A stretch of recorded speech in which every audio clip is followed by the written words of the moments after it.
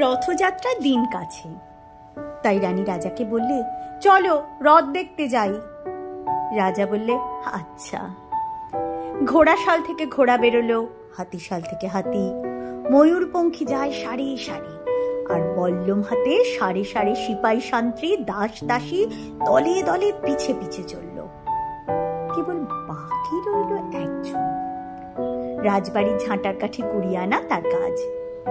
সর্দার এসে দয়া করে তাকে বললে, ওরে তুই যাবি তো আয়।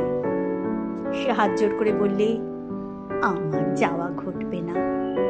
রাজার কানে কথা উঠল, সবাই সঙ্গে যায়, কেবল সেই দুঃখীটা যায় না। রাজা দয়া করে মন্ত্রীকে বললে, ওকেও ডেকে নিও। রাস্তার ধারে তার বাড়ি। হাতি যখন সেইখানে পৌঁছলো, মন্ত্রী তাকে ডেকে বললে, ওরে দুঃখী, ঠাকুর দেখবে চল। সে হাত জোর করে বললেও, কত চলবো? ঠাকুরের দুয়ার পর্যন্ত পৌঁছই এমন সাধ্য কি আমার আছে? মন্ত্রী বললে, ভয় কি রে তোর, রাজার সঙ্গে চলবি?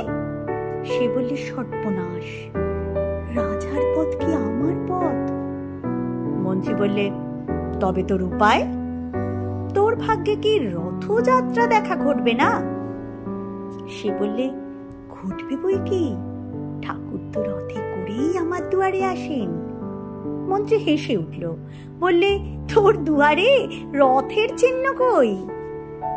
দুঃখী বললে, তার রথের চিহ্ন পড়ে না। মন্ত্রী বললে, কেন বলতো? দুঃখী বললে, তিনি যে আসেন পুষ্পক রথে। মন্ত্রী বললে, কই রে সেই রথ? দুঃখী দেখিয়ে দিলে, তার দুয়ারের দুই পাশে দুইটি সূর্যমুখী ফুটে আছে।